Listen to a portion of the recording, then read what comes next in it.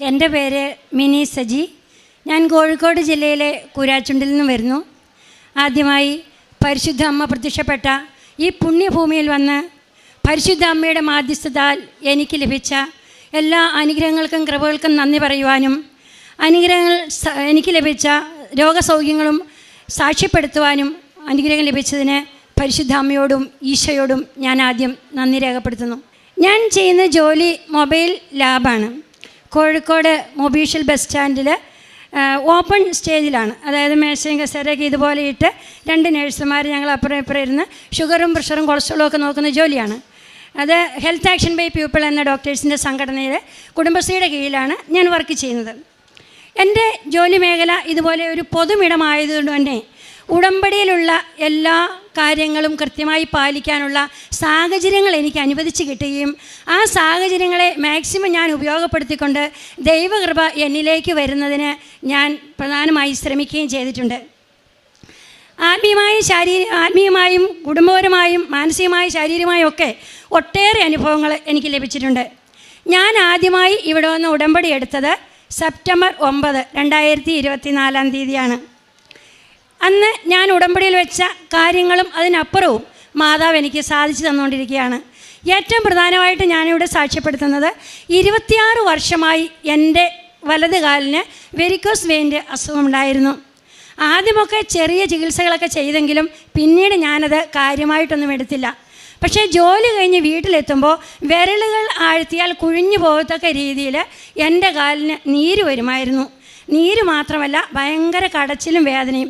കടച്ചിൽ മൂലം രാത്രി കിടന്നുറങ്ങാൻ പോലും പറ്റാത്ത അവസ്ഥയായിരുന്നു. ഒത്തിരി നാൾ ഞാൻ ഈ വേദന മൂലം അനുഭവിച്ചു. ഉടമ്പടി എടുത്തതിന് ശേഷം രാവിലെയും വൈകുന്നേരവും തിരി കത്തിച്ച് വെച്ച് പ്രാർത്ഥിച്ച് കൃപാസനത്തിൽ നിന്ന് ലഭിച്ച നമ്മുടെ കൃപാസനം തൈലം എൻ്റെ കാലിൽ കുരിശ് വരച്ച് ഞാൻ എന്നും എൻ്റെ ഈ വെരിക്കോസ് വെയിൻ വാറ്റിത്തരണമേ പരിശുദ്ധ അമ്മയെന്ന് പ്രാർത്ഥിക്കുകയും ദിവസങ്ങൾക്കുള്ളിൽ തന്നെ എൻ്റെ കാലിൻ്റെ കടച്ചിലും വേദനയും മാറുകയും ചെയ്തു. ഞാനിപ്പോൾ ഇത് 3ാമത്തെ പുതുക്കലാണ്. ആദ്യത്തെ പുതുക്കലിന് ഞാൻ സാക്ഷ്യം പറയാമെന്ന് വിചാരിച്ചെങ്കിലും കുറച്ചുകൂടി കഴിയട്ടെ എന്ന് വിചാരിച്ച് നോക്കിയിരുന്നു. ഇതുവരെയും എൻ്റെ കാലിന് നീര് വന്നിട്ടില്ല എന്നുള്ള വലിയൊരു സാക്ഷ്യം ഞാനിവിടെ രേഖപ്പെടുത്തുകയാണ്. 26 വർഷമായിട്ട് എൻ്റെ കാലിന് ഈ വെരിക്കോസ് വെയിൻ്റെ പ്രശ്നം ഉണ്ടായിട്ടുണ്ടായിരുന്നു. കാരണം മോളെ പ്രഗ്നൻ്റ് ആയിരുന്ന ടൈമിലാണ് കാല് വെരിക്കോസ് വെയിൻ വന്നത്. ശേഷം കാല് നല്ല നീരാണ്. വൈകുന്നേരം ആയി കഴിഞ്ഞ് കഴിഞ്ഞാൽ എനിക്ക് കാല് നിലത്ത് തൂക്കിയിടാനൊന്നും പറ്റില്ല. ഞാൻ കുരിശ് വരയ്ക്കുമ്പോൾ പോലും കാല് സ്റ്റൂളിൽ കയറ്റി വെച്ചിട്ടാണ് കുരിശ് വരച്ചുകൊണ്ടിരുന്നത്. ഉടമ്പടി എടുത്തതിന് ശേഷം പെട്ടെന്ന് ഒരു ദിവസത്തെ എനിക്ക് വൈകുന്നേരം കാല് താഴ്ത്തിയിടുക, അത് ആദ്യം പറയാനായിട്ട് ഞാൻ മറന്നുപോയി. കാല് താഴെ ഇറക്ക് എന്നൊരു മനസ്സിലൊരു ചിന്ത എൻ്റെ മനസ്സിലേക്ക് വന്നു. ഞാൻ സ്റ്റൂളിൽ നിന്ന് കാല് താഴെ ഇറക്കി വയ്ക്കുകയും പെട്ടെന്ന് എന്നോട് പറഞ്ഞു നിലത്തിറങ്ങിയിരിക്കാൻ പറഞ്ഞു. നിലത്തിറങ്ങിയിരിക്കാൻ പറഞ്ഞപ്പോൾ എൻ്റെ മനസ്സിൽ തോന്നിച്ചത് മുട്ടയെ കുത്തി നിൽക്കാനാണ്. അങ്ങനെ ആ ഉടമ്പടിക്ക് ശേഷം എൻ്റെ കാലിൻ്റെ നീര് പോയതിന് ശേഷം എല്ലാ ദിവസവും കുരിശ് വരയ്ക്കുമ്പോൾ മുട്ടയെ കുത്തി നിന്നിട്ടാണ് ഞാൻ കുരിശ് വരയ്ക്കുന്നത്.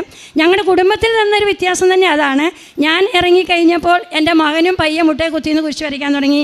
എൻ്റെ ഭർത്താവ് മുട്ടയെ കുത്തിന്ന് കുരിശ് വരയ്ക്കാൻ തുടങ്ങി. അതൊരു വലിയ കൃപയായിട്ട് കുരിശുവരെ വളരെ ഭക്തിയോടെ ആത്മീയമായിട്ട് വളരാനായിട്ട് ഞങ്ങൾക്ക് അതുകൂടെ സാധിച്ചു. രണ്ടാമത്തെ ഒരു കാര്യം, ഞങ്ങളുടെ ഒരു കുടുംബ സ്വത്ത് ഒത്തിരി മലയിലാണ്. കുരാച്ചുണ്ട് പ്രദേശം മലയോര മേഖലയാണ്. അവിടെ ഞങ്ങളുടെ ഒരു 6.5 ഏക്കർ സ്ഥലം തറവാട് സ്വത്തായിട്ട് കിടക്കുന്നുണ്ടായിരുന്നു. 7 മക്കൾക്ക് ഒരുപോലെ വീതം വെച്ചിട്ടുള്ള സ്ഥലമാണ്. ഈ സ്ഥലം ഫോറസ്റ്റ് ഏരിയയുടെ അതിരാണ്. അതുകൊണ്ട് തന്നെ കസ്തൂരിരംഗനൊക്കെ വന്നതിന് ശേഷം ഞങ്ങളുടെ സ്ഥലത്തിന് NOCയോ അതുമായി ബന്ധപ്പെട്ട യാതൊരു രേഖകളോ കിട്ടിയിരുന്നില്ല. ഞങ്ങളുടെ പറമ്പിലെ ആദായങ്ങളെല്ലാം തെങ്ങിലുള്ളതെല്ലാം മണ്ടയിലുള്ളതെല്ലാം കുരങ്ങ് പറിച്ച് കളയും. താഴെ വന്നു കഴിഞ്ഞാൽ അതെല്ലാം മുള്ളൻ പെറുക്കിക്കൊണ്ട് പോകും. അതുപോലെ തന്നെ കവുങ്ങിൽ അടക്കി ഒന്നും ഞങ്ങൾക്ക് കിട്ടുന്നില്ല. അതുകൊണ്ട് തന്നെ ഈ കാർഷിക മേഖല ഈ ആദായം കൊണ്ടൊന്നും ഞങ്ങൾക്ക് ജീവിക്കാൻ പറ്റാതെ വന്ന സാഹചര്യത്തിൽ 15 വർഷത്തോളമായിട്ട് ഞങ്ങളുടെ സഹോദരങ്ങളെല്ലാം ചേർന്ന് മലയിൽ ഈ സ്വത്തൊന്ന് വിറ്റ് കെട്ടണമെന്ന് വളരെയേറെ ആഗ്രഹിച്ചു. പക്ഷേ ഒത്തിരി പ്രാർത്ഥിച്ചിട്ട് നടന്നില്ല. ഒരു ദിവസം എൻ്റെ ഭർത്താവിൻ്റെ പെങ്ങളും മോനും ഭർത്താവും എല്ലാം കൂടി ഇതിനു മുമ്പ് ഇവിടെ വന്ന് ഉടമ്പടി എടുത്ത നിയോഗത്തിൽ വെച്ച കാര്യമായിരുന്നു.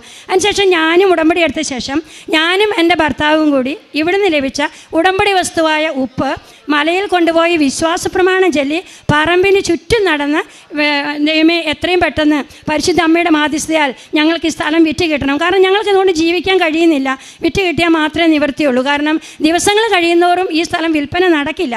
കാരണം ഞങ്ങൾക്ക് മുമ്പേ എത്രയോ നാളുകൾക്ക് മുമ്പേ NOCക്ക് വേണ്ടി അപേക്ഷ കൊടുത്ത ആർക്കും NOC കിട്ടിയിട്ടില്ല. ഒരു എൻ്റെ ഭർത്താവിൻ്റെ ചേട്ടൻ്റെ മകൻ്റെ സുഹൃത്ത് ഗൾഫിൽ നിന്ന് വരികയും അദ്ദേഹം സ്ഥലം പോലും കാണാതെ ഞങ്ങൾക്ക് ടോക്കൺ നൽകുകയും ചെയ്തു. തുടർന്ന് അങ്ങോട്ട് പേപ്പർ വർക്കുകളൊക്കെ എങ്ങനെയാണ് നടന്നതെന്ന് അറിയില്ല. ഞങ്ങൾ ഓരോ ദിവസവും മുട്ടയക്കുത്തിൽ നിന്ന് കൈവരിച്ച് പരിശുദ്ധ അമ്മയെ ഞങ്ങളുടെ ഈ സ്ഥലക്കച്ചവടം എത്രയും പെട്ടെന്ന് നടത്തി തരണം. എന്നാൽ അമ്മ വിചാരിക്കാതെ മറ്റാരും വിചാരിച്ചിട്ട് ഞങ്ങൾ വർഷങ്ങളോളം വിചാരിച്ചിട്ട് നടക്കാത്ത ഈ കാര്യം ഒരു കാരണവശാലും നടക്കില്ല എന്ന് ഞങ്ങൾ മാതാവിനോട് തർപ്പിച്ച് പറഞ്ഞു. അതിനുശേഷം ഓരോ പ്രോസസ്സിങ്ങും വളരെ എളുപ്പത്തിൽ ഞങ്ങൾക്ക് നടക്കുകയുണ്ടായി. ഞങ്ങളുടെ സ്ഥലം യാതൊരു തടസ്സവും കൂടാതെ നടന്നു. പിന്നീട് തടസ്സങ്ങൾ ഓരോന്ന് വരുമ്പോഴും അതിനുശേഷം ഞങ്ങളുടെ അമ്മ മരിക്കുകയുണ്ടായി. അപ്പോഴും താമസം നേരിട്ടു. പിന്നീട് ഭർത്താവിൻ്റെ ചേട്ടൻ പുറത്തായിരുന്നു, പുള്ളി വന്ന് ഒപ്പിടണമായിരുന്നു. അങ്ങനെ താമസങ്ങൾ വരുമ്പോഴും ഞങ്ങൾ മാതാവിനെ മുറുക്കി പിടിക്കും. ഒരു തടസ്സവും കൂടാതെ എല്ലാവരും വളരെ സ്നേഹത്തോടെ ആ കുടുംബ സ്വത്ത് വിറ്റ് വീതിച്ചെടുത്ത് സന്തോഷമായിട്ട് പോകുന്നു. പരിശുദ്ധ അമ്മയുടെ മാധ്യസ്ഥതയിലാണ് ഈ കാര്യം സാധിച്ചത്. കൃപാസനത്തിൽ വന്നില്ലായിരുന്നെങ്കിൽ ഞങ്ങൾക്ക് ഇങ്ങനെ ഒരു കുടുംബസ്വത്ത് വിൽക്കാൻ കഴിയില്ലായിരുന്നു. എന്നും കുരിശ് വരയ്ക്കുമ്പോഴും വൈകുന്നേരങ്ങളിലും ഞങ്ങളിരുന്ന് പറയാറുണ്ട്. അതിനുശേഷം ഞാൻ ഉടമ്പടി മൂന്നാമത്തെ പ്രാവശ്യമാണ് ഇപ്പോൾ പുതുക്കുന്നത്. ഉടമ്പടിക്ക് ശേഷം എല്ലാ ദിവസവും ഞാനും എൻ്റെ ഭർത്താവും മോനും പള്ളിയിൽ വിശുദ്ധ കുർബാന മുടക്കിയിട്ടില്ല, സന്ധ്യാപ്രാർത്ഥന മുടക്കിയിട്ടില്ല. ഒരു ദിവസം പള്ളിയിൽ പോകുമ്പോൾ പള്ളിയുടെ മുറ്റത്ത് വെച്ച് ഒരു 5 മിനിറ്റ് കൂടി ഉണ്ട് കുർബാനയ്ക്ക്. അപ്പം ഞാൻ വിചാരിച്ചു എന്നാൽ മാതാവിൻ്റെ ഗ്രോട്ടോയിലൊന്ന് പോയിട്ട് വരാമെന്നോർത്ത് താഴോട്ടങ്ങ് ഇറങ്ങി പോകുമ്പോൾ എൻ്റെ കാലൊന്നും മറിഞ്ഞു വീണപാട് എനിക്ക് എഴുന്നേൽക്കാനൊന്നും പറ്റിയില്ല. അവരെന്നെ പിടിച്ചെഴുന്നേൽപ്പിച്ചു. എക്സ്റേ എടുക്കാൻ വേണ്ടി കൊണ്ടുപോയി. എക്സ്റേ എടുത്തപ്പോൾ എൻ്റെ കാലിന് 2 പൊട്ടുണ്ട്. എൻ്റെ കാലിൻ്റെ പാദത്തിൽ 2 പൊട്ട്. അവിടുന്ന് ഡോക്ടർമാരും പറഞ്ഞു എക്സ്റേ എടുക്കണം, എല്ലാം പ്ലാസ്റ്റർ ഇടണമെന്ന് പറഞ്ഞു. പ്ലാസ്റ്റർ ഇടുന്ന പറഞ്ഞ പാടെ എൻ്റെ മനസ്സിൽ ഒറ്റൊരു കാര്യം ഓർമ്മ വന്നു. ഞാൻ ഉടമ്പടിയിലാണ്. എൻ്റെ മനസ്സിങ്ങനെ ആവർത്തിച്ച് പറഞ്ഞുകൊണ്ടിരുന്നു, ഞാൻ ഉടമ്പടിയിലാണ്, മാതാവ് എന്നെ നോക്കിക്കൊള്ളും. അപ്പോൾ അതുകൊണ്ട് തന്നെ ഞാൻ പ്ലാസ്റ്റർ ഇടണ്ടെന്ന് പറഞ്ഞു. പ്ലാസ്റ്റർ ഇട്ട മറ്റൊരു കാര്യം കൂടെ ഉണ്ട്, നോയമ്പിലുള്ള 50 ദിവസം എനിക്ക് പള്ളിയിൽ പോകാനും പറ്റത്തില്ല, റെസ്റ്റ് എടുക്കേണ്ടി വരും. അപ്പോൾ ഞാൻ മാതാവിനോട് പറഞ്ഞു, മാതാവേ എനിക്ക് പള്ളിയിൽ പോകണം, എൻ്റെ കാല് പ്ലാസ്റ്റർ ഇടണ്ട. ഞാൻ വീട്ടിൽ ചെന്ന് കൃപാസന മാതാവിൻ്റെ തൈലമെടുത്ത് കാലിൽ കുരിശ് വരച്ച് തേച്ചു. വൈകുന്നേരം ഞാൻ എന്നെ ചെയ്യുമെന്ന് ചോദിച്ചാൽ ഇത്തിരി വെള്ളമെടുത്ത് ഇവിടുന്ന് ഇട്ട് ഉപ്പ് എൻ്റെ കാലിൻ്റെ നീരുണ്ടായിരുന്ന ഭാഗത്ത് പുരട്ടുകയും ചെയ്തു. ഇപ്പം എൻ്റെ കാലിന് യാതൊരു കുഴപ്പവുമില്ല. ഇതാണ് എൻ്റെ കാല്. എനിക്ക് 2 മാസമേ ആയിട്ടുള്ള എൻ്റെ കാല് പൊട്ടിയിട്ട് നടക്കാൻ യാതൊരു ബുദ്ധിമുട്ടുമില്ലാതെ ഞാൻ ജോലിക്ക് പോയിക്കൊണ്ടിരിക്കുന്നു. എക്സ്റേ ഒക്കെ കണ്ട് കാലിന് പൊട്ട് കണ്ടവർ ചോദിച്ചു, ഇത്രയും വലിയ 2 പൊട്ട് പൊട്ടിയിട്ട് മിനി എങ്ങനെ ഇപ്പോഴും നടന്നുകൊണ്ടിരിക്കുന്നത്? എനിക്ക് തന്നെ അതിശയമാണ്. പക്ഷേ എനിക്കറിയാം പരിശുദ്ധ അമ്മ ഈശോയോട് പറഞ്ഞ് ഉടമ്പടിയിലിരിക്കുന്ന ഏതൊരു വ്യക്തിയുടെയും ഏതൊരു കാര്യവും പെട്ടെന്ന് സമയ ചുരുക്കത്തിൽ നടത്തി തരുമെന്ന് എനിക്ക് ഉറപ്പുണ്ട്, ഞാൻ വിശ്വസിക്കുകയും ചെയ്യുന്നു. അതുപോലെ തന്നെ എൻ്റെ മോന് പുറത്ത് പോകുന്നതുമായി ബന്ധപ്പെട്ട് കുറേ പേപ്പർ വർക്കുകളൊക്കെ നടക്കാനുണ്ടായിരുന്നു. അപ്പം അച്ഛൻ പറഞ്ഞിട്ടുണ്ടായിരുന്നു കുടുംബത്തിൽ നിന്ന് ഒരാൾ ഉടമ്പടി എടുത്താൽ മതി. അപ്പം ഞാനാണ് ഇപ്പോൾ ഉടമ്പടി എടുത്തതിന് ശേഷം വളരെ ശക്തമായിട്ട് ഉടമ്പടി ക്രമങ്ങളെല്ലാം എൻ്റെ വീട്ടിൽ ഞങ്ങൾ പാലിച്ചു പോരുന്നവരാണ്. മോൻ എന്ത് ആവശ്യത്തിന് പുറത്ത് പോകുമ്പോഴും ഞാൻ ഈ ജപമാലയും ഈ കാശുരവും കൊടുത്തുവിടും. മോൻ ഈ കാശുരവും പിടിച്ച് ഏത് വേദിയിൽ ചെന്നാലും യാതൊരു തടസ്സവും വരികയില്ല. ഒരു സർട്ടിഫിക്കറ്റിന് വേണ്ടിയിട്ട് ചെന്നപ്പം ഒരു സ്ഥാപനത്തിൽ നിന്ന് പറഞ്ഞു 200 പേര് ഇവിടെ വന്നിട്ട് ഞാൻ സർട്ടിഫിക്കറ്റ് കൊടുത്തിട്ടില്ല എന്ന് സ്ഥാപനത്തിൻ്റെ ഡയറക്ടർ പറഞ്ഞു. അപ്പോൾ ഞങ്ങൾക്ക് ഭയങ്കര നിരാശയായി. ഞാനും പല സ്ഥാപനങ്ങളും കയറി ഇറങ്ങിയിട്ടും സർട്ടിഫിക്കറ്റ് കിട്ടിയില്ല. അവസാനം മോനും ഞാനും കൂടി ഒരു ദിവസം വീട്ടിൽ നിന്ന് പോകുമ്പം, മാതാവേ ഇന്ന് ഞങ്ങൾക്കിത് സാധിച്ചു കിട്ടണം, അമ്മ തന്നെ മുന്നിൽ ചെല്ലണം, അമ്മ ഞങ്ങളെ പരിചയപ്പെടുത്തി കൊടുക്കണം, അമ്മ ഞങ്ങൾക്ക് വേണ്ടി സംസാരിക്കണമെന്ന് പറഞ്ഞ് ഞാൻ ബൈക്കിൻ്റെ പുറകിൽ നിന്ന് അങ്ങ് എത്തുന്നവരെ, കോഴിക്കോട് എത്തുന്നവരെ പ്രാർത്ഥിച്ചുകൊണ്ട് പോയി. അവിടെ ചെന്ന് കഴിഞ്ഞപ്പോൾ ആ സ്ഥാപനത്തിൻ്റെ ഡയറക്ടർ പറയുകയാണ്, സിസ്റ്റർ എവിടെയോ എനിക്ക് പരിചയമുണ്ടല്ലോ. ഞാൻ പറഞ്ഞു, സാറേ ഞാനിങ്ങനെ സ്റ്റാൻഡിലാണ് വർക്ക് ചെയ്യുന്നത്, അപ്പോൾ അവിടെ വന്നിട്ടായിരിക്കും എന്നെ പരിചയം. ഇല്ല, ഞാൻ അങ്ങനെയൊന്നും അതിലേക്കൂടെ ഒന്നും യാത്ര ചെയ്യുന്ന ആളല്ല, ഞാൻ കാറിൽ മാത്രമേ യാത്ര ചെയ്യാറുള്ളൂ. എനിക്ക് ഉറപ്പുണ്ട് മാതാവ് ഞങ്ങളുടെ മുഖം പോലും ഞങ്ങൾക്ക് മുമ്പേ ചെന്ന് ആ സ്ഥാപനത്തിലെ ഡയറക്ടർക്ക് പരിചയപ്പെടുത്തി കൊടുക്കുകയും ഞങ്ങൾക്ക് സർട്ടിഫിക്കറ്റ് അധികം വൈകാതെ ലഭിക്കുകയും ചെയ്തു. പരിശുദ്ധ അമ്മയ്ക്ക് അതിന് ഞാൻ നന്ദി പറയുന്നു. എൻ്റെ പ്രേക്ഷിത പ്രവർത്തനം എന്ന് പറഞ്ഞാൽ പത്രം കൃത്യമായിട്ട് വാങ്ങിക്കുകയും ഞാൻ കോഴിക്കോട് ബസ് സ്റ്റാൻഡിലാണല്ലോ എൻ്റെ യാത്ര. ഒരു ദിവസം 3 മണിക്കൂർ അങ്ങോട്ടും ഇങ്ങോട്ടും 1.5 മണിക്കൂർ കൂടെ യാത്രയുണ്ട്. അപ്പോൾ ഈ പത്രം കൃത്യമായിട്ട് കൊടുക്കുന്നത് കോഴിക്കോട് മൊബീഷ്യൽ ബസ് സ്റ്റാൻഡിലാണ്. ബസ് സ്റ്റാൻഡിലാണെന്ന് മാത്രമല്ല, ഞാൻ ജോലി ചെയ്യുന്ന ഇടത്തിൽ ധാരാളം രോഗികൾ ഞങ്ങളുടെ അടുത്ത് വരും. ഷുഗറും പ്രഷറും നോക്കാൻ മാത്രമല്ല, ക്യാൻസർ പേഷ്യൻ്റ്, ഡയാലിസിസ് പേഷ്യൻ്റ്, മറ്റ് രോഗികൾ, മുഴകളുള്ളവർ, അങ്ങനെ വരും. ഈ വരുന്നവരോട് ഞാൻ മേശപ്പുറത്ത് ഈ പത്രം വിരിക്കും. ജോലി തുടങ്ങുന്നതിന് മുമ്പ് തന്നെ മേശപ്പുറത്ത് ഈ പത്രം വയ്ക്കും. ജോസഫ് അച്ഛൻ പറയാറുണ്ടല്ലോ, ഈശോയുടെ കരങ്ങളാണ് കൃപാസന പത്രം. അങ്ങനെയാണെങ്കിൽ എൻ്റെ അടുത്ത് ടെസ്റ്റ് ചെയ്യാൻ വരുന്ന ഓരോരുത്തരുടെയും കൈകൾ ഈ ഈശോയുടെ കൈക്കുള്ളിലേക്ക് ഞാൻ വെച്ചു കൊടുക്കും. പിന്നെ മറ്റൊരു സ്വഭാവം എന്നാന്ന് ചോദിച്ചാൽ, ഞാൻ ഈ പ്രഷറിൻ്റെ മെഷീൻ ഓൺ ചെയ്ത് കഴിഞ്ഞാൽ ഉടനെ തന്നെ അതിൻ്റെ റിസൾട്ട് വരുന്ന ടൈം കൊണ്ട് മാതാവ് ഈ വ്യക്തിക്ക് എന്തൊക്കെ പ്രശ്നങ്ങളുണ്ടോ, എന്തൊക്കെ ബുദ്ധിമുട്ടുകളുണ്ടോ എല്ലാം മാതാവ് മാറ്റി കൊടുക്കണം, അമ്മയോട് സമർപ്പിച്ച് പ്രാർത്ഥിക്കുന്നു എന്ന് പറഞ്ഞുകൊണ്ട് ആ വ്യക്തിക്ക് വേണ്ടി ഞാൻ പ്രാർത്ഥിക്കാറുണ്ട്. ബസ് സ്റ്റാൻഡിൽ എൻ്റെ അടുത്ത് വരുന്ന രോഗികളോട് എനിക്ക് കിട്ടിയ അത്ഭുതങ്ങളെപ്പറ്റി ഞാൻ വാദോരാതെ സംസാരിക്കും. അവർക്ക് കൃപാസന പത്രം കൊടുക്കും. അതുമാത്രമല്ല, ഓട്ടോ തൊഴിലാളികൾക്കും അതുപോലെ മാവൂർ റോഡിലും എറിഞ്ഞിപ്പാലത്തു നിന്നൊക്കെ നടന്ന് ഞാനും എൻ്റെ സഹോദരൻ്റെ മോളും കൂടി വെയിൽ കൊണ്ട് നടന്ന് ജാതി മത വ്യത്യാസമില്ലാതെ പത്രം കൊടുത്ത് നടന്നിട്ടുണ്ട്. അമ്മയോട് എത്രമാത്രം അടുത്ത് നിൽക്കുന്നോ അത്രമാത്രം കൃപ അമ്മ എൻ്റെ ജീവിതത്തിൽ തന്നിട്ടുണ്ടെന്ന് എനിക്ക് എണ്ണി പറയാനായിട്ട് സാധിക്കും. അതുപോലെ തന്നെ കാരുണ്യ പ്രവർത്തികൾ എന്ന് പറഞ്ഞാൽ, ഞാൻ ചെയ്യുന്ന ജോലിയിടത്തിൽ വരുന്ന ആളുകൾ ധാരാളം തലകറങ്ങി വീണും അല്ലെങ്കിൽ ബൈക്ക് ആക്സിഡൻറ്റിൽ അല്ലാതെ മറ്റു രോഗങ്ങളാൽ കൈമുറിഞ്ഞ് ബസ്സിൽ ഉള്ള ആൾക്കാരൊക്കെ കൈയെല്ലാം മുറിഞ്ഞ് പൊട്ടി അങ്ങനെയൊക്കെ വരും. അവർക്കെല്ലാവർക്കും എന്ത് സഹായമാണോ വേണ്ടിയത് അപ്പോൾ ചെയ്യാൻ തയ്യാറാണ്. ചിലപ്പോൾ ഞങ്ങളിവിടെ ജോലി ചെയ്യുമ്പോൾ ആ സിസ്റ്ററെ അവിടെ വരുന്ന ഒരാൾ തലകറങ്ങി വീണ് ഓടിവായോ എന്ന് പറഞ്ഞ് വിളിക്കുമ്പോഴത്തേനും ഒറ്റ സെക്കൻഡിനുള്ളിൽ ചാടി അവിടെ എത്തുക. അങ്ങനെ ഒത്തിരി മക്കളുടെ അമ്മമാരുടെയൊക്കെ അനുഗ്രഹം വാങ്ങിക്കാനുള്ള ഒരു ഭാഗ്യം കൂടി എനിക്ക് ലഭിച്ചിട്ടുണ്ട്. ഞാൻ യാത്ര ചെയ്യുമ്പോൾ എൻ്റെ ഇടതും, ഞാൻ 1.5 മണിക്കൂർ 3 മണിക്കൂർ യാത്രയുണ്ടെന്ന് പറഞ്ഞല്ലോ, ഇടതും വലതും ഇരിക്കുന്ന ആളുകളോട് ഞാൻ മാതാവിനെ പറ്റി പറഞ്ഞു തുടങ്ങും. കൃപാസനത്തിൽ പോയിട്ടുണ്ടോ, എനിക്കിങ്ങനെ ഒത്തിരി അത്ഭുതങ്ങൾ വന്നിട്ടുണ്ട്, മാതാവിൻ്റെ സുഗന്ധാഭിഷേകം ലഭിച്ചിട്ടുണ്ട്, അതുപോലെ തന്നെ എനിക്ക് തിരിയിലൊക്കെ ധാരാളം അടയാളങ്ങൾ വന്നിട്ടുണ്ട്, ഞാനിത് കാണിച്ചു കൊടുക്കും. ഇപ്പോൾ പോലും മോളി ക്ലാസ്സിൽ പോയിരുന്നപ്പോൾ ഞാൻ അടുത്തിരുന്നവരൊക്കെ ഇത് കണ്ടോ, ഇങ്ങനെ പ്രാവ് അല്ലെങ്കിൽ പൂവ് അല്ലെങ്കിൽ തിരുവോസ്തി, ഇതിങ്ങനെ തിരുഹൃദയം, ഇതെല്ലാം തിരിയിൽ തെളിഞ്ഞിട്ട് ധാരാളം കണ്ടിട്ടുണ്ട്. അതിൻ്റെ കുടുംബം മുഴുവൻ കൂടുതൽ വിശ്വാസം വർദ്ധിക്കാൻ വേണ്ടിയിട്ട് തിരിയിൽ വന്ന ഈ അടയാളങ്ങൾ ഒത്തിരി ഉപകാരപ്രദമായിട്ടുണ്ട്. എൻ്റെ കുടുംബജീവിതത്തിലാണെങ്കിലും സന്ധ്യാപ്രാർത്ഥന വളരെ കൃത്യമായി മുന്നോട്ട് പോകാനും, വിശുദ്ധ ബലിയിലൊന്നും എനിക്ക് തോന്നുന്നു ഉടമ്പടി എടുക്കുന്നതിന് മുമ്പ് ഞാൻ ഇത്രയും കൃത്യമായ വിശുദ്ധ കുർബാന കൂടിയിട്ടില്ല. രാവിലെ 6 മണി 6:15 വീട്ടിൽ നിന്ന് ഇറങ്ങിയാൽ ജോലിക്ക് പോയി തിരിച്ച് വന്ന് ആ വഴി തന്നെ ജോലിക്ക് പോവുകയാണ് ചെയ്യുക. അപ്പോൾ ഒരു മടിയില്ല, യാതൊരു ബുദ്ധിമുട്ടുമില്ല. വളരെ കൃത്യമായിട്ട് ഇപ്പോൾ എഴുന്നേറ്റ് എല്ലാ ജോലികളും ചെയ്ത് വിശുദ്ധ കുർബാനയ്ക്ക് പോകാനായിട്ട് അമ്മ അവസരം ഒരുക്കുന്നുണ്ട്. എത്ര വീണിട്ടും കാലിൻ്റെ 2 എല്ല് പൊട്ടിയിട്ടും പരിശുദ്ധ അമ്മ എന്നെ കൈ പിടിച്ച് നടത്തി. ഞാൻ അമ്മയോട് പറഞ്ഞു, ഇനി ഒരിക്കലും ഞാൻ ചട്ടി നടന്നേക്കരുത് അമ്മേ, അങ്ങനെ ഒരു എല്ല് പൊട്ടിയെന്ന് പോലും എനിക്ക് ഓർമ്മയുണ്ടാവരുത്. അങ്ങനെ എൻ്റെ ആത്മീയമായ ജീവിതത്തിലും പിന്നെ കുടുംബപരമായ ജീവിതത്തിലും എല്ലാം ഒത്തിരി കൃപകൾ പരിശുദ്ധ അമ്മ തന്നിട്ടുണ്ട്. പരിശുദ്ധ ഇനിയും പറയാത്തതായ കൊച്ചു ചെറുതും വലുതുമായ ധാരാളം അനുഗ്രഹങ്ങൾ എനിക്കുണ്ട്. സമയം ചുരുക്കുമ്പോൾ ഞാൻ നിർത്തുകയാണ്. ഈ പുണ്യഭൂമിയിൽ വന്ന് പരിശുദ്ധ അമ്മയുടെ മധ്യസ്ഥയാൽ എനിക്ക് സാധിച്ച ഈ വലിയ കൃപകൾ ഇവിടെ എല്ലാവരുടെയും കാങ്ങെ പറയാൻ പറ്റിയതിന് ഞാൻ ഒത്തിരി നന്ദി പറയുന്നു. ആ സ്ഥലം വിറ്റത് ഇവിടെ വന്ന് പറയാൻ വൈകിപ്പോയി, ഞാൻ ക്ഷമ ചോദിക്കുന്നു. എല്ലാ കൃപകൾക്കും നന്ദി പറഞ്ഞുകൊണ്ട് ജീവിതകാലം മുഴുവൻ പരിശുദ്ധ അമ്മയോട് ചേർന്ന് ഞാനും എൻ്റെ കുടുംബവും ഉടമ്പടിയിൽ ജീവിക്കുമെന്ന് നിങ്ങളുടെ എല്ലാവരും കാണുക പരിശുദ്ധ അമ്മയുടെ മധ്യസ്ഥയാൽ ഈശോയ്ക്ക് ഞാൻ ഉറപ്പ് നൽകുന്നു. ആമീൻ. യെശയ്യാ പ്രവാചകൻ്റെ പുസ്തകം 58-ാം അധ്യായത്തിൽ 6 മുതലുള്ള തിരുവചനങ്ങളിൽ എന്താണ് യഥാർത്ഥത്തിലുള്ള ഉപവാസം, പ്രാർത്ഥന എന്നൊക്കെ പറയുന്നുണ്ട്. വിശക്കുന്നവനുമായി ആഹാരം പങ്കുവയ്ക്കുകയും ഭവനരഹിതനെ വീട്ടിൽ സ്വീകരിക്കുകയും നഗ്നനെ ഉടുപ്പിക്കുകയും സ്വന്തക്കാരിൽ നിന്ന് ഒഴിഞ്ഞു മാറാതിരിക്കുകയും ചെയ്യുന്നതല്ലേ അത്. അപ്പോൾ നിന്റെ വെളിച്ചം പ്രഭാതം പോലെ പൊട്ടിവിരിയും, നീ വേഗം സുഖം പ്രാപിക്കും. നിന്റെ നീതി നിന്റെ മുൻപിലും കർത്താവിൻ്റെ മഹത്വം നിന്റെ പിൻപിലും നിന്നെ സംരക്ഷിക്കും. നീ പ്രാർത്ഥിച്ചാൽ കർത്താവ് ഉത്തരമരുളും. മിനി സജി തൻ്റെ അനുഭവ സാക്ഷ്യം വളരെ ദൃഢതയോടെ വ്യക്തമായിട്ട് പറഞ്ഞ് ഈശോയെ ആരാധിക്കുന്നു, മഹത്വപ്പെടുത്തുന്നു. താൻ എന്താണ് ചെയ്യുന്നത്? ഒരു മൊബൈൽ ക്ലിനിക്ക്, ഒരു ലാബ് ടെക്നീഷ്യനാണ്. ഓപ്പൺ സ്ഥലത്തിരുന്ന് ജനങ്ങളെ ശുശ്രൂഷിക്കുക. 2 നേഴ്സുമാരാണ് ഇവരുള്ളത് കോഴിക്കോട് ബസ് സ്റ്റാൻഡിൽ. താൻ ചെയ്യുന്ന കാര്യങ്ങൾ എന്തായിരുന്നു എന്നും, എന്നാൽ ഇന്ന് അതെങ്ങനെയാണ് ഒരു സുവിശേഷ വേലയായിട്ട് തനിക്ക് മാറിയത് ഉടമ്പടി എടുത്തതിന് ശേഷം. തൻ്റെ ശുശ്രൂഷകൾ തുടങ്ങുന്നതിന് മുൻപ് തന്നെ അത് എല്ലാറ്റിലും കർത്താവിൻ്റെ ആശീർവാദം സ്വീകരിക്കുന്നു.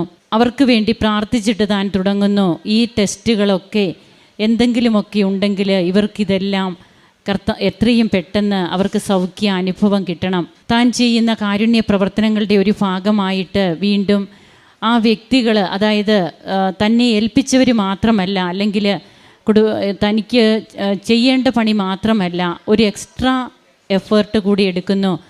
ആരുമില്ലാത്ത രോഗികളെ കാണുമ്പോൾ അവർക്ക് വേണ്ടി പ്രത്യേകം സമയമെടുക്കുക, അവരുടെ കാര്യത്തിലൊരു താല്പര്യമെടുക്കുക, ഇതൊക്കെയാണ് ഈ മകൾ ചെയ്യുന്നത്. അങ്ങനെ നാം കേട്ട തിരുവചനം പോലെ വിശക്കുന്നവനുമായി ആഹാരം പങ്കുവയ്ക്കുവാനും ഭവനരഹിതനെ വീട്ടിൽ സ്വീകരിക്കുവാനും ഒക്കെ വേണ്ടിയിട്ട് ഇന്ന് ഉടമ്പടിയെടുത്ത മക്കൾ ബോധ്യങ്ങൾ, തിരിച്ചറിവുകളുണ്ടായിട്ട് അവരവരുടെ ജീവിതത്തിൽ മാറ്റങ്ങൾ വരുത്തുന്നു. ഞാൻ മുട്ടുകുത്തി പ്രാർത്ഥിക്കാൻ തുടങ്ങിയപ്പോൾ എൻ്റെ വീട്ടിൽ എൻ്റെ മകൻ മുട്ടുകുത്തി പ്രാർത്ഥിക്കാൻ തുടങ്ങി, എൻ്റെ ഹസ്ബൻഡ് മുട്ടുകുത്തി പ്രാർത്ഥിക്കാൻ തുടങ്ങി. ഇപ്പോൾ കുടുംബ പ്രാർത്ഥന, നമ്മുടെ കുടുംബത്തിൻ്റെ അൾത്താരയിൽ നടക്കുന്ന ആരാധനയാണ് കുടുംബ പ്രാർത്ഥന. അതിന്ന് ഏറ്റവും സജീവമാണ് എന്നാണ് ഈ മകൾ പറയുക. അതുപോലെ തൻ്റെ 26 വർഷമായ വേരിക്കോസിൻ്റെ പ്രോബ്ലം, അതുമൂലം താൻ അനുഭവിച്ചിരുന്ന ബുദ്ധിമുട്ടുകൾ, എന്നാൽ തൻ്റെ ഉള്ളിൽ ഒരു സ്വരം പറയുന്നു, നീ കാലിൽ നീരായിരുന്നു ഈ മകൾക്ക് പൂർണ്ണമായും ഉണ്ടായിരുന്നത്. അപ്പോൾ ഈ മകളോട് നിലത്തിരിക്കാൻ പറയുന്നു. അങ്ങനെ മുട്ടുകുത്തി പ്രാർത്ഥിക്കാൻ തുടങ്ങിയ അന്ന് മുതൽ പിന്നീട് തനിക്ക് നീരെന്ന് പറയുന്നത് തൻ്റെ വേരിക്കോസുമായിട്ട് ബന്ധപ്പെട്ട് തൻ്റെ കാലിനില്ല, പരിപൂർണമായിട്ടുള്ള സൗഖ്യമാണ് ലഭിച്ചതെന്നാണ് പറയുക. അപ്പോൾ ഇവിടെ ഈ സൗഖ്യമൊക്കെ ലഭിക്കുന്നത് ഇത് എന്തെങ്കിലും അത്ഭുതങ്ങളോ അടയാളങ്ങളോ മാത്രമായിട്ട് കാണരുത്. വ്യക്തി ജീവിതത്തിൽ വന്ന മാറ്റങ്ങൾ, അതാണ് ഉടമ്പടി തൈലം തേച്ച് പ്രാർത്ഥിക്കുമ്പോൾ അവിടെ കൃപയായിട്ട് മാറുക. അതുകൊണ്ട് തന്നെ തൻ്റെ ജീവിതത്തിൽ താൻ മറ്റുള്ളവർക്ക് വേണ്ടി പ്രാർത്ഥിക്കുമ്പോഴും അത് ഏറ്റവും വലിയ സൗഖ്യ അനുഭവമായിട്ട് ദൈവം മാറ്റുകയാണ്. പിന്നീട് തനിക്ക് എല്ല് പൊട്ടലുണ്ടാകുന്നു. അവിടെയും ഈ മകള് അതിന് പ്ലാസ്റ്റർ ഇടണമെന്ന് പറഞ്ഞു. താൻ ഒന്നും ചെയ്തില്ല. ഉടമ്പടി തൈലം പൂച്ചി പ്രാർത്ഥിച്ചു. ഉടമ്പടി നേർച്ച വസ്തുവായ ഉപ്പ് ഉപയോഗിച്ചു. പിന്നീട് എക്സ്റേ എടുക്കുമ്പോൾ അവിടെ ആ പൊട്ടൽ അത് കൂടി വരുന്നു എന്ന് ഡോക്ടർ പറഞ്ഞു. അല്ലേ, അങ്ങനെയല്ലേ? അങ്ങനെയാണ്. ഞാൻ 1 മാസത്തിന് ശേഷം എക്സ്റേ എടുത്ത് നോക്കിയപ്പോൾ നല്ലതുപോലെ ആ മുറിവ് കൂടിയിട്ടുണ്ടെന്നാണ് ഡോക്ടർ പറഞ്ഞത്. അങ്ങനെ ഇതൊക്കെ ഈ മക്കൾക്ക് കിട്ടുന്നത് അവർ ചെയ്യുന്ന അവരുടെ ഉടമ്പടി ജീവിതത്തിൻ്റെ ആ മഹനീയതയാണ്, വിശ്വസ്തതയാണ്. അതുകൊണ്ട് തന്നെ 15 വർഷമായിട്ട് നടക്കാതിരുന്ന കുടുംബത്തിൻ്റെ ഓഹരി അത് വിറ്റ് കിട്ടുവാനായിട്ട് അതിനെന്തൊക്കെയായിരുന്നു തടസ്സങ്ങൾ എന്നൊക്കെ ഈ മകളിവിടെ പങ്കുവെച്ചു. തങ്ങൾക്ക് ആദായം ഒന്നും എടുക്കാൻ പറ്റുന്നില്ല. പിന്നീട് എന്ത് സ്പീഡിലാണ് കാര്യങ്ങൾ നടക്കുക. ഉടമ്പടി ഉപ്പിട്ട് അതിന് ആ സ്ഥലത്ത് കർത്താവിൻ്റെ ഉടമസ്ഥതയ്ക്ക് ആ സ്ഥലത്തെ ഏൽപ്പിച്ചു കൊടുക്കുന്നു. പിന്നീട് അമ്മ കാര്യങ്ങളെല്ലാം ഈശോയോട് പറഞ്ഞ് തങ്ങൾക്കത് ഏറ്റവും നന്നായിട്ട് ചെയ്തു തന്നു. സഹോദരങ്ങൾ ഒരുമിച്ചത് പങ്കിട്ട് ഏറ്റവും നല്ല രീതിയിൽ തങ്ങൾക്ക് കുടുംബ ഷെയർ എല്ലാം നടത്തുവാനായിട്ട് ഉടമ്പടിയിലൂടെ മാത്രം സാധിച്ചു. എല്ലാ ദിവസവും കുടുംബ പ്രാർത്ഥനയിൽ ഞങ്ങളത് ഓർത്ത് നന്ദി പറയാറുണ്ട്. അപ്പോൾ ഇവിടെയൊക്കെ സമയ ചുരുക്കം, അതുപോലെ it is not by merit but by grace, ഇതൊക്കെയാണ് നമുക്ക് കാണുവാൻ കഴിയുക. അതുകൊണ്ട് തന്നെയാണ് കർത്താവ് വിളിക്കുന്ന ഒരു പുതിയ പേരിൽ നീ അറിയപ്പെടും. കർത്താവിൻ്റെ കയ്യിൽ നീ മനോഹരമായ ഒരു കിരീടമായിരിക്കും. നിൻ്റെ ദൈവത്തിൻ്റെ കരങ്ങളിൽ ഒരു രാജകീയ മകുടവും. ഏശയ്യ 62 തിരുവചനമാണ് നാം കേട്ടത്. അപ്പോഴിങ്ങനെ ഇന്ന് ഉടമ്പടിയെടുത്ത മക്കൾ മാറിക്കൊണ്ടിരിക്കുന്നു. അവരിലൂടെ കുടുംബം മാറുന്നു, സമൂഹം മാറുന്നു, ഇടവക മാറുന്നു, രാജ്യത്തിലേക്ക് അത് വ്യാപിക്കുന്നു. അങ്ങനെ ദൈവരാജ്യത്തെ ലക്ഷ്യം വെച്ചുകൊണ്ടുള്ള ജീവിതം. ഞാൻ നിങ്ങൾക്ക് വാക്ക് തരുന്നു, ഞാൻ ഈ ഉടമ്പടിയിൽ നിന്ന് മാറില്ല. ഇതൊക്കെ ഈ മകൾ ഇവിടെ പങ്കുവയ്ക്കുമ്പോൾ തീർച്ചയായും ജീവിതത്തിൽ കിട്ടിയ ബോധ്യങ്ങൾ, കാരുണ്യ പ്രവർത്തനങ്ങൾ, പ്രേക്ഷിത പ്രവർത്തനം, തൻ്റെ ആത്മീയ ജീവിതത്തിൻ്റെ സമ്പത്ത്, ഇതൊക്കെയാണ് ഇന്നിവിടെ നാം കേട്ടത്. ഇതെല്ലാം കൃപാസനം എന്ന ബെത്സൈദ കുളത്തിലൂടെ ഇന്ന് നടന്നുകൊണ്ടിരിക്കുകയാണ്. നമുക്ക് കരങ്ങളടിച്ച് ഈശോയ്ക്കും അമ്മയ്ക്കും നന്ദി പറയാം. യേശുവേ നന്ദി, യേശുവേ സ്തുതി, യേശുവേ ആരാധന. അത്യപൂർവ ദൈവാനുഭവങ്ങൾ ഇനി നിങ്ങൾക്കും സ്വന്തം. ഈ യൂട്യൂബ് ചാനൽ ഇതുവരെ സബ്സ്ക്രൈബ് ചെയ്തിട്ടില്ലെങ്കിൽ ഇപ്പോൾ തന്നെ സബ്സ്ക്രൈബ് ചെയ്യുക. ഈ വീഡിയോ ഇപ്പോൾ തന്നെ നിങ്ങളുടെ സുഹൃത്തുക്കൾക്ക് ഷെയർ ചെയ്തുകൊണ്ട് കർത്താവിൻ്റെ പ്രേക്ഷിതരാകുക.